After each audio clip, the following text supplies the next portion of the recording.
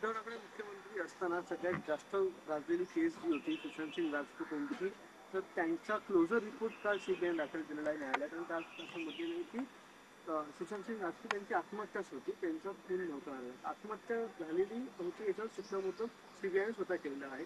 तीच केस जी आहे ती दिशा सालियनशी देखील कनेक्टेड होती आणि याचमुळे सुशांत सिंग राजपूत यांच्या आत्महत्येवरही प्रश्न निर्माण झाला होता. त्यांचा खून झाला ठीक आहे, आणि नारायण राणे यांनी देखील म्हटलेलं आहे की त्यांचा खून झाला की नाही चेक करा पुन्हा एकदा, त्यांच्या नोकऱ्याला विचार करून त्यांचा खून झाला होता की नाही.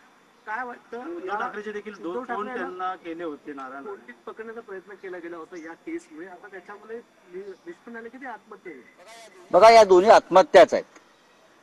हे वारंवार सिद्ध झालंय, स्पष्ट झालेलं आहे. पण राजकीय बदनामीचा कट आपल्या विरोधकांचा करण्यासाठी, विशेषतः ठाकरे कुटुंबियांचा, या दोन्ही आत्महत्यांना कधी हत्या आहे, कधी अमुक आहे, कधी तमुक आहे, अशा पद्धतीचा रंग देण्यात आला. 5 वर्षानंतर दिशा सालियनच्या वडिलांना काही लोकांनी पुढे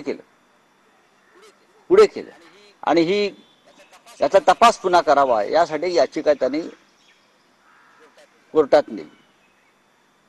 सुशांत सिंग राजपूत प्रकरणात तर अख्खा देश अगदी पार्लमेंट पर्यंत राजकारण, म्हणजे जसं औरंगजेबाचं राजकारण चाललंय आहे तसं मृतांचं राजकारण चाललेलं आहे. मृतांनाही सोडत नाहीत भारतीय जनता पक्षाचे लोक.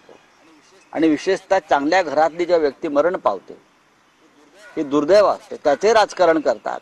आणि त्याच्यामध्ये, त्या बदनामीमध्ये अनेक चांगल्या घरातल्या लोकांना त्यांच्यावर चिखल फेकून त्यांना बदनाम करण्याचं अलीकडचं राजकारण भारतीय जनता पक्षाने सुरू केलेलं आहे.